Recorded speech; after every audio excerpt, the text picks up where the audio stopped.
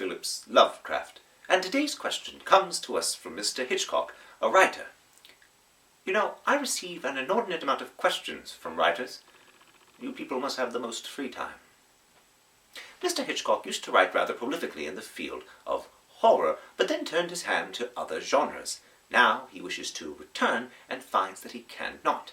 For whatever reason, he has lost the spark, the ability to frighten, and wants to know how he can get his scary back. To my mind, it seems as though Mr. Hitchcock has fallen into the trap of thinking in terms of genre.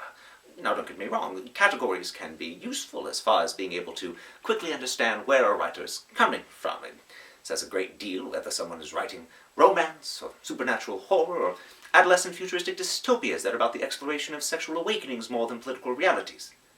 Still, it becomes very easy for these genres to become fetters, chaining us to this idea of what a story must look like.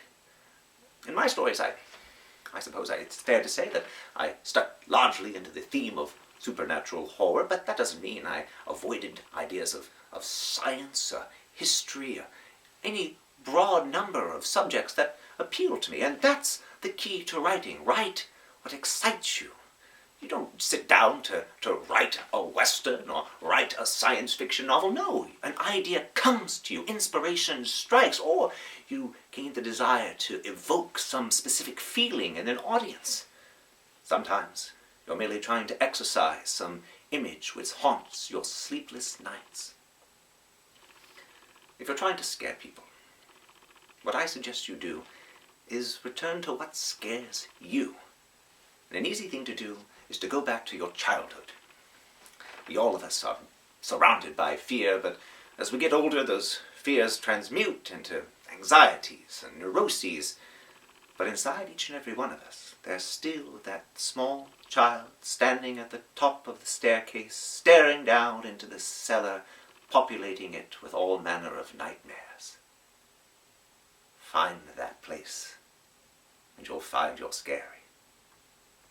And if that doesn't work, you can do what I did that one time and spend an entire day watching the Learning Channel. Although, of course, now, whenever the night wind calls, I hear the fell cry, "Honey boo boo, honey boo boo." As always, I'm Howard Phillips Lovecraft.